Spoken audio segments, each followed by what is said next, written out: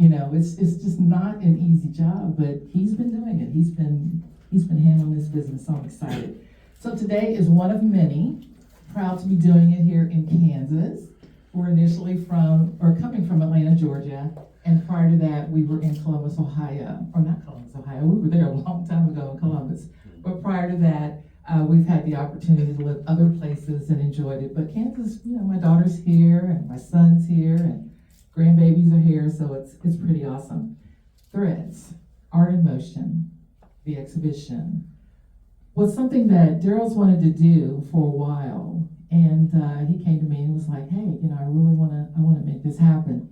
TJ here, who is the person who runs this place, he's amazing, and the food out there and everything. Thank you so much, TJ. You're very welcome. Thank you very, very much. We don't do anything alone. It does take a team, and because of that, it's exciting to me today to be able to share with you too some of the things that I do with No Junk Productions and Food for Your Soul. Now, I was formerly with Food for Your Soul, the radio show. That was for many years. I am now Food for Your Soul, the podcast.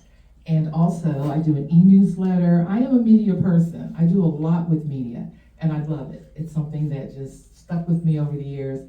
And, if it's positive, I'm all in. So just so you know a little bit about me, India Hines. And I'll tell you, for me and where I'm at in life, when you've got a gift, you should use it. And so I'm using it to the best of my ability. And I'm really proud and glad that I'm able to do that. Today, I also want to gift you with a giveaway. In order to win, you have to text. I'm going to give you a number. And I want you to remember some of the conversation today, too, because you may be able to win that way as well.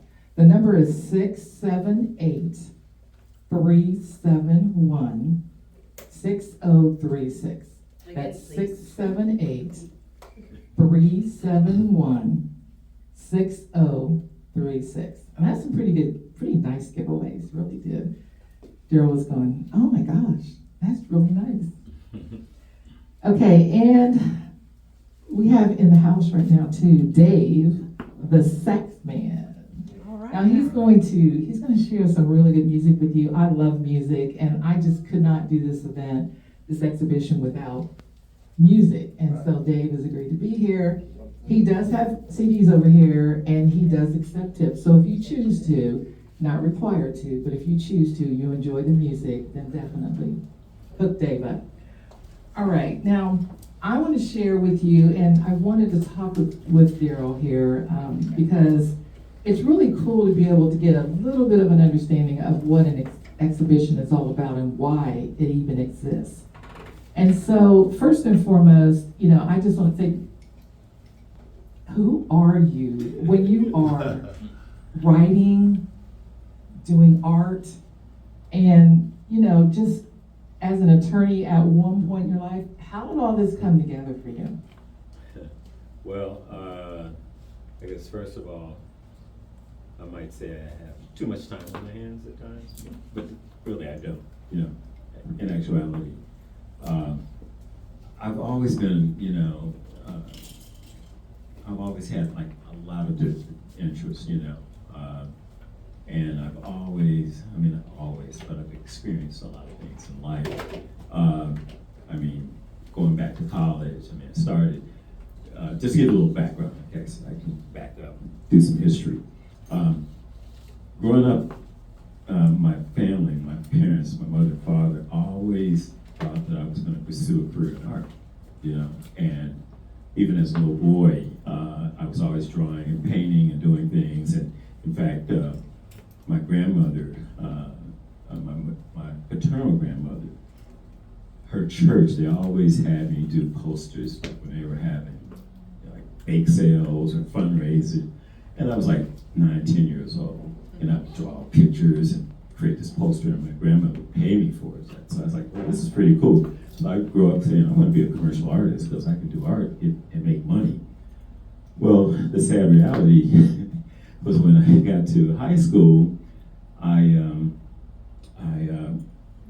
my main focus was art, and then I actually won a scholarship and went to a place called Chautauqua Institute, upstate New York, as a 16-year-old. I spent the summer there, and I was what they call a fellow. They paid for all my expenses. But when I got there, there were so many amazing artists, and they were, older college students there. And Chautauqua was like a very, very, I think the Kennedys had a summer home there. H.J. Hines family, they had a summer home there. And it's a private community, but it's geared towards, and it still exists, okay? But they focus on the arts, all kind of arts, visual, music, theater, dance, the whole thing. Bottom line is that when I was there were artists from New York, and they were professional artists, and they used to come by the house where we all stayed and ask for food because a lot of them didn't have money. They're trying to pursue their passion and career. So for some reason, it just kind of scared me as someone going into my junior year in high school. I was like, oh, there's no way. If they can't make a living as artists, I know I can't do it. So of course, I did the logical thing when I got back into school of art. Went to college, started college as a pharmacy major, which was really way off the beaten path from doing art. And that was because it was a family interest. I had a relative who was a pretty prominent and wealthy pharmacist and owned several stores, and he had indicated to me that I could take over his business someday. Bottom line is, I started off in pharmacy. I was also playing college basketball for 1 year.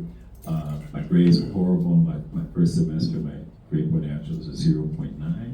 Damn, Darryl. And he was absolutely amazing in all those other things. Yeah, I see him Showtime at the Apollo, wait Just, for the hook, the just so we can keep it moving Okay, just I'm a sorry, little I'm bit. sorry, He's I'm sorry. amazing, but he does, I think we all kind of do that. But anyway, let me just read real quickly a little bit about Darryl, and then I'm going to ask him a couple questions just so you get a general idea of some of the work and, his inspiration and so forth. Darryl Alexander Hines is a multidisciplinary artist whose practice explores the intersectionality of land and identity.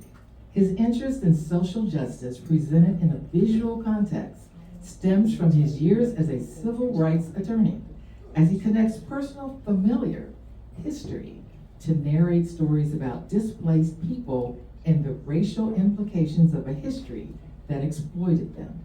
His recent works pivoted from traditional painting to using textile to figuratively narrate family and ancestral stories. Just a little bit his creds. MFA 2022, Maryland Institute College of Art, Mount Royal Multidisciplinary Program, exhibitions, Pepco Edison Gallery, the Lona Gallery, MICA MICA Grad Exhibition, collections, Musart, Bejerard Art Gallery, awards, fellow, the Space for Black Creative Imagination, Bunting Scholarship for Academic Excellence, Wasay Project, Artist in Residence, Summer 2025, Ragdale Artist Residency, Artist in Residence, Fall 2025. Give Darryl Alexander Hines a big round of applause. Lots of achievement there. Lots of achievement there. Very, very excited about that. Okay, so I have a couple of questions I want to share. And maybe Darryl can answer, and he's going to give you a brief answer. I've been warned. Now stop watching Darryl. Okay, now your artist statement uses the metaphor of driving while looking into a rear view mirror. How does this idea of simultaneously moving forward while remaining connected to the past shape the way you create your work? Well, the idea, in fact, I was trying to deliver by using that, the driving and looking at things through your rear view mirror, but not actually what you. all the time, you know. In other words, the point is that and just for some reason it dawned on me that when you're driving, I think this, Did it? No, okay, it did come back on. Okay. So when I'm driving, okay, I may see a point a block ahead, okay? Maybe two people on the corner talking. And as I approach that point, okay, ahead of me, that's the future, right? I mean, I haven't arrived at that point yet. As I drive and get to that point, I'm at the present, but I'm continuing to drive, and as I drive and I look at my rearview mirror, now they are in the past, okay? I've arrived at a point where I'm past that.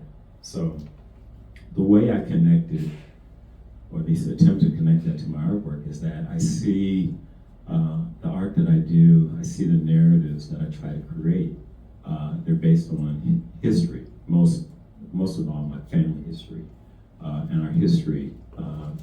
For my family, and I think for all of us, you know, our history, we're tied to it, which the whole theme of threads kind of comes through. You know, we're tied to those histories, we're tied to our families, we're tied to our own personal past and histories, and what we do with it moving forward.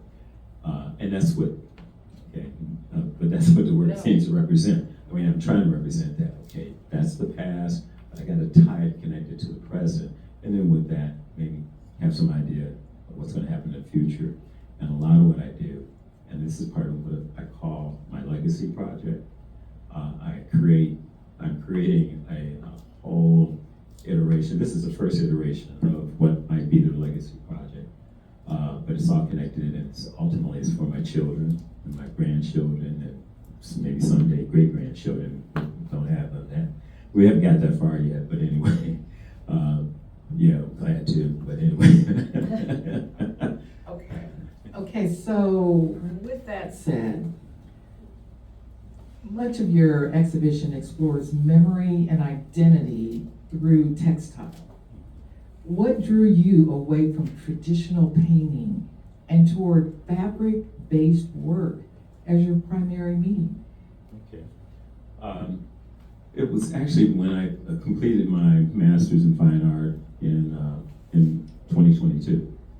And for a little while, I went back to Cleveland as we were trying to, make some decisions in terms of leaving Atlanta and moving here to Kansas. But I spent some time in Cleveland, and the home that we had in Cleveland, meaning my parents, was still there. And my sisters, I had 5 sisters, and I'm the only son, maintained a lot of my mother's her sewing machines, her materials, fabrics, all kind of things. My mother was an amazing seamstress, and she could make a dress without looking at a pattern.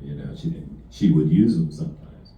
But anyway, bottom line is, I connected with her. Her spirit. She has been gone since 2000, but I connected with my mother's spirit in 2022 from the standpoint of this is a medium that maybe I would love to work in. It kind of gave me, memories of her when I would watch her as a kid sewing, and my mother was also a very good singer, and she would sing and sew. So that is what inspired me. The other thing about kind of moving away from painting was as I kind of moved forward in this art journey, I get a little more concerned about materials I use, like these oil paints and the mediums and the turpentine or whatever you use, can be somewhat toxic, So I've kind of gone this direction. Good answer.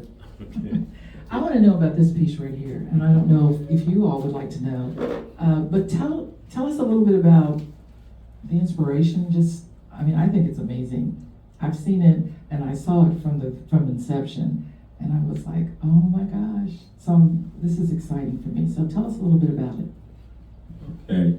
I titled this Requiem for Angela.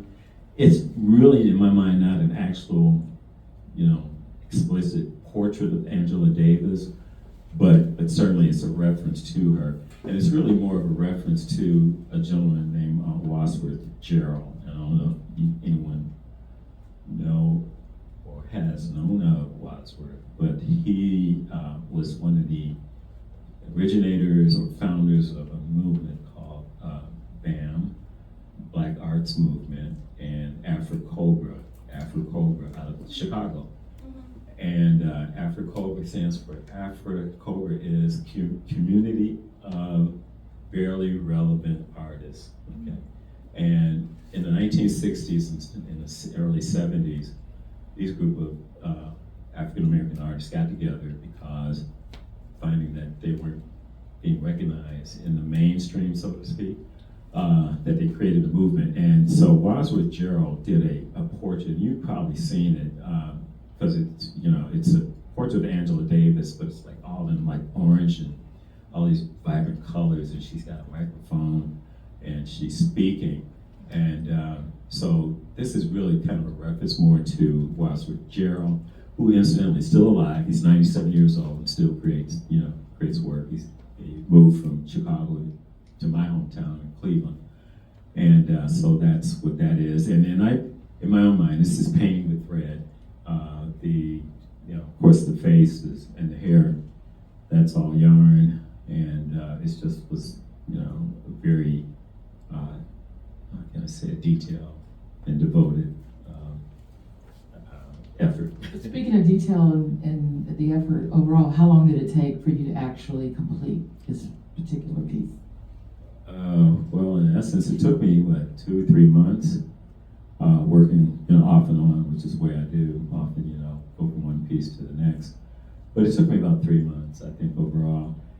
Originally, I was going to do the whole piece, everything in yarn.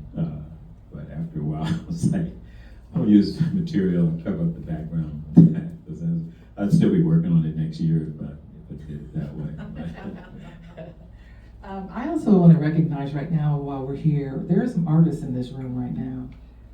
This beautiful lady right here, Alba, she is an amazing artist, Yes. Inspired by your work. I've been to your home and I just was like, whoa, how incredible. So I just want everybody to know that she is dynamite. We have Amy here, who's an artist as well. Amy is here at Bunker Cultural Arts, so right down the way there. And some of my friends that are here, oh my gosh, I can't thank you so much for being here. Monique, my sister, and amazing, a lady I just love to hang out with. And then we have Kim. I got a chance to watch Kim on the runway. She was in Fashion Week, Kansas Fashion Week. She owned that stage too. Oh, she seriously owned it. We have in the house too a graduate. We got to bring her in. You've got to come in. Just step up. Step up. Step up, Miss Liberty. Oh, we got both 2 graduates here. Come on in. Come on in, ladies. Come on in. Okay, so is Jim here? Jim, come on in, Jim. When you accomplish what you guys have accomplished, then recognition is due, and we don't have a problem congratulating you. Now, Liberty. I'm gonna walk over here. This is my grandbaby, by the way. Tell everybody what you graduated in and all. I graduated in computer science and entrepreneurship. And this young lady, she travels all over the place. She loves going and just traveling. She's getting ready to go to China here real soon. She did some work over in Korea as well. And so I'm really proud of you. And Jim, now you graduated, but you didn't walk just recently, but I think you're going to do that in the future. But tell everybody what you graduated. I graduated in data science. In science? Data science. Oh, okay. Like AI Oh, science. data science, okay, congratulations. Thank you. And any other graduates here recently? But we do have another artist sitting over here from Bunker. This is Stephanie right here. She's hiding here right around the corner. But Stephanie does fashion and, very, very intricate, very out of the box. She's done Fashion Week twice, and I think some of your work's been in magazines as well. And, so when you're here at Bunker, I mean, you just don't know what to expect. You really don't. As a guest at Bunker, she's also an artist. And you're a Yeah. guest, oh, okay. Yeah. So what medium are you?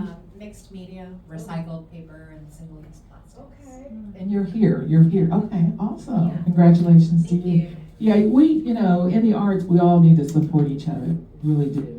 And, so for Darryl to be able to be here today and to do this exhibition, it just means so much. And, watching him put pieces together, for me, is just like, at first I would think, how in the world is that gonna turn out to be something that somebody's gonna really like? I mean, cause, I just didn't get the vision. And I think only you as an artist, you know kind of where you're going, don't you? Do you know where you're going usually?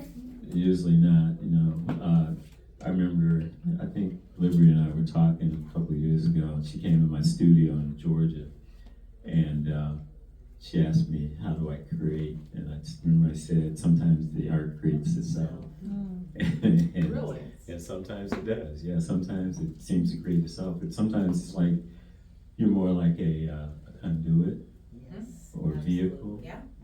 and sometimes you move in directions that you don't expect or anticipate or plan. In fact, there are times when I plan too much, if that's the way to phrase it.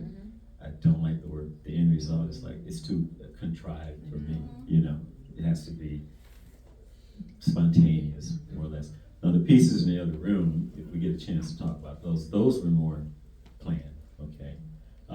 In terms of the concept, the result, the design itself kind of came to fruition as I worked on it, Okay. but I knew ultimately what I wanted to achieve with those pieces.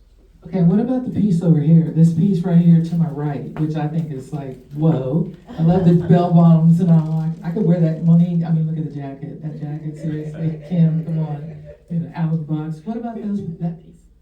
Well, that's the 70s, 1970s motif, and that's my generation in a lot of ways. And people would always say, if you could remember the 70s, you weren't there. Well, I was there, and I remember the 70s. And this is kind of a reflection of just some thoughts in terms of getting a little nostalgic about the way we were back then and how we dressed. And I say we, me and my friends and colleagues and buddies, and I mean, we weren't dressed like super fly. But we did wear bell bottoms, and when I was in college, it was like, I remember I had this fur coat. It was a real fur coat. I don't know how much it cost. It cost a lot of money, probably more than the car that I drove at the time. But it was just the flyest thing, and I put that coat on, and I was just like, okay, I've arrived, Oh, yeah, I mean, it's So anyway, fashion. that's- That's, the statement itself. And to give credit to, I just add too, the posters on each side, those are actual ads that I copied from Ebony magazine. Just to give you an idea, that was the dress. I had the platform shoes myself. I used to wear those, and so it's the style. Okay, and what about the piece behind you? Okay. Well, still continuing that 70s motif and the dialogue, and I saw, this was from a photo, I think, of a young lady, and it was actually, she was with a young man, but I was more interested in her face, and it was like an attitude there, Right. And so, and then of course with the, what do you call the hair thing? The little puff, huh? Puff. Afro puff. Afro puffs, right. And so that was what I was looking at. The photo on the left, the young guys, I knew one of them really very, very well, in fact, he's like still here. He's like sitting here now. Oh, that's you right there. Yeah. Did you know that? This is Darryl right here. Okay, let's make sure I pick out the right one. That one. No. What? No. You did I'm that. serious, I didn't know. Which one is it? I'm up front with the big cheesy smile. I have this one right here. Yeah, that's me. That's what I picked. Oh, that's you pointed to? Yeah. And this was at a fraternity house we had when I was in college. And those young men were my frat brothers, and we were just hanging out. Somebody sent me that picture. I found all about that picture. It sent me not long ago. I thought, okay. But that was it. We probably just got back from a Funkadelics concert. Okay, so one of my biggest frustrations, though, in with Darryl and his art and some of the pieces he's done, is he has done some really, really amazing pieces, and then I'll go, I love it. Oh, it's so nice. And then I'll come back and look at it, and he changed the whole thing. I mean, he'll go, it just wasn't ready. Like the whole thing. And he'll start again. And have you ever regretted not, like, the do-over? Have you ever regretted that? Not that I know of. I mean, I think my regret would be if I considered something finished and then like released it out into the world and then see it and go, wow, that's terrible. That would be the regret. How did I let that get out there, you know? So that's something. But I'm good for starting a piece and almost finishing it and then just kind of scrapping the whole thing. When I was painting, I would do an oil painting or acrylic painting and get to a point where it might look completed. But then I didn't like it and I gessoed the whole thing all over again and just start from scratch. Okay, now, we're gonna, in a few minutes, Dave the sax man's gonna come in, and he's gonna play. So I'm really looking forward to hearing him play. But I also want you to know that Darryl's also, as I mentioned earlier, he's an author, he's an artist, and he's an attorney, so he has some books in the other room. And there's some pieces that he did a while ago that are on the table. Those are all for sale, so if you like to take something with you, great. All the art is for sale as well. And I'm sure if you're interested, you can talk with him about those pieces as well. And, you don't know this, but I'm going to throw this in there too. He's also somewhat of a comedian as well. oh, no.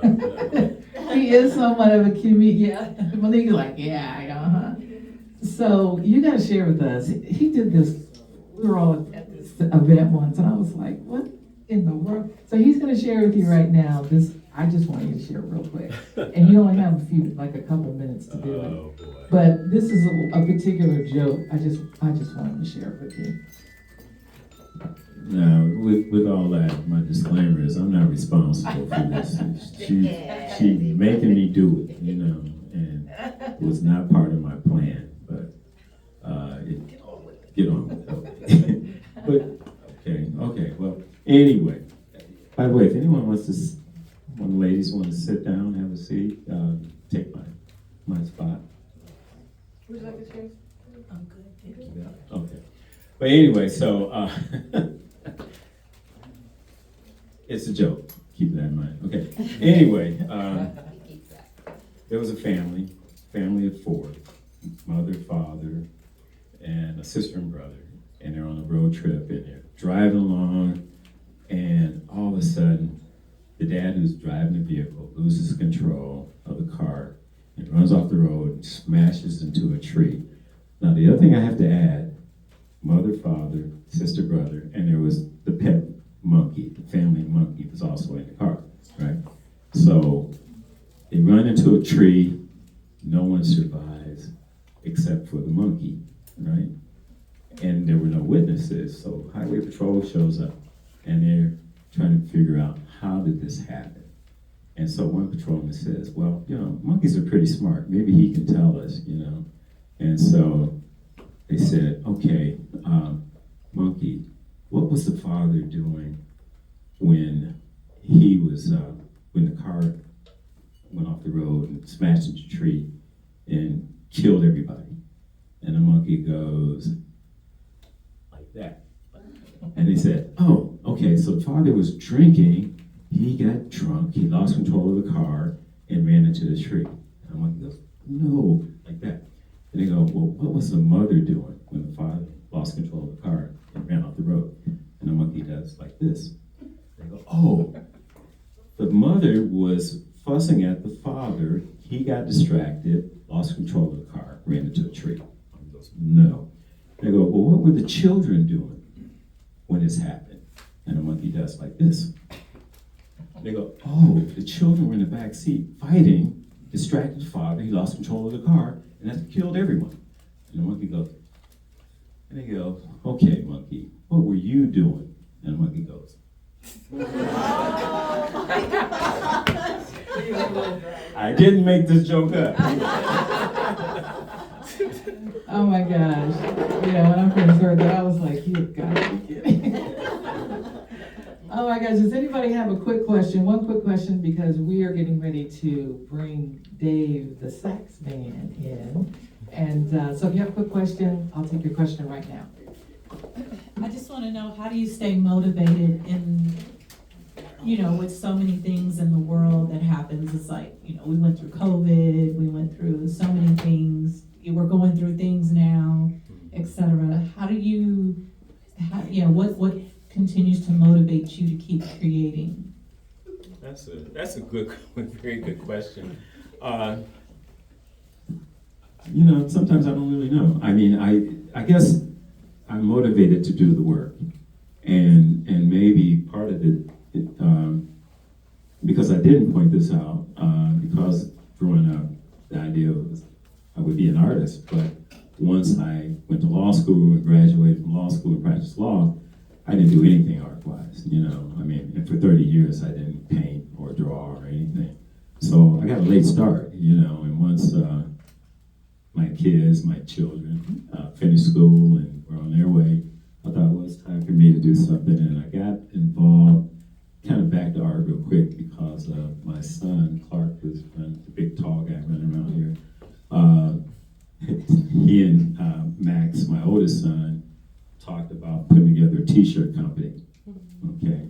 So I thought it was a good idea, something for them to do. They were, I think Clark was still in high school and Max was just in college. And so I bought a bunch of silk, screen machineries and everything to silk screen. And taught myself how to silk screen, watch the videos and created designs. And of course, Clark and Max dropped out real soon. And I had this equipment to make t-shirts and do silk screening. And so that really kind of gave me the inspiration to start doing design. Okay, good answer. Well, it's my pleasure right now. As I said, when I've done events over the years, I always like to enjoy some entertainment, some amazing artists, and I reached out to an organization, and Dave is who I selected, and said, well, let's bring him in and just add a little extra something to this exhibition. So if you would, right now, please give a warm a round of applause for Dave, the sax man. Most of the songs you're going to hear are original material, so. And I do have them available. This is called When Two Are One.